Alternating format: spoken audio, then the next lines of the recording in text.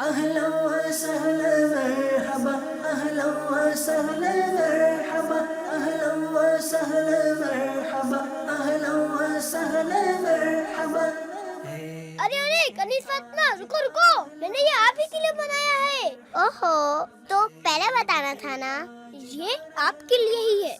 मगर कनीज फातिमा, इस तरह शरारत करने और भागने से आप गिर भी सकती थी या किसी चीज से टकरा भी सकती थी. अच्छा, मैं आइंदा एहतियात करूंगी. गुलाम रसूल भाई, मोती कितने प्यारे हैं. नहीं कनीज फातिमा, हमारे प्यारे आका सल्लल्लाहु तआला अलैहि वसल्लम की मुबारक चप्पल का नक्श है.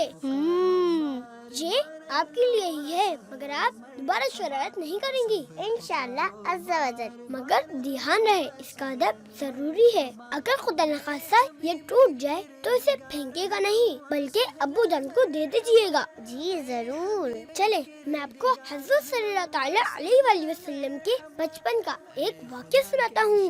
अरे वाह, जरूर सुनाए. एक मर्तबा हुज़ूर अकरम सल्लल्लाहु तआला अलैहि वसल्लम अपने झूले में मौजूद थे.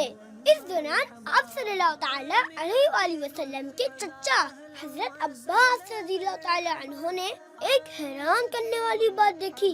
उन्होंने देखा कि आप सल्लल्लाहु तआला अलैहि वसल्लम किसी से बातें कर रहे हैं और अपनी उंगली से इशारा भी कर रहे हैं.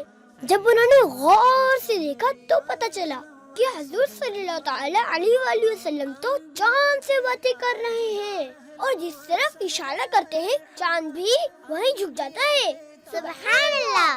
फिर जब हुज़ूर सल्लल्लाहु तआला अलैहि वसल्लम बड़े हुए और अपना नबी होना लोगों को बताया, तो हुज़ूर सल्लल्लाहु तआला अलैहि वसल्लम के चचा ने हुज़ूर को बचपन वाले इस बात के बारे में बताया, जिस पर हमारे प्यारे नबी सल्लल्लाहु तआला अलैहि वसल्लम ने फरमाया, मैं चांद से बातें करता था और चांद मुझसे बातें करता था और वो मुझे रोने से बहलाता था, और जब चांद अर्शे इलाही के नीचे सजदा करता, उस वक्त मैं उसकी तस्बीह करने की आवाज सुना करता था.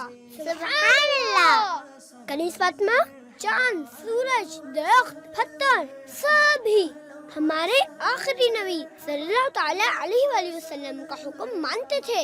हमें भी हज़रत सल्लल्लाहु तआला अलैहि वसल्लम की बातों पर अमल करना चाहिए और उनकी सुन्नतों को अपनाना चाहिए. गुलाम रसूल भाई, आपने तो बहुत अच्छा वाक़या सुनाया. इंशाअल्लाह अज़्ज़ा वजल मैं सुन्नतों पर जरूर अमल करूंगी.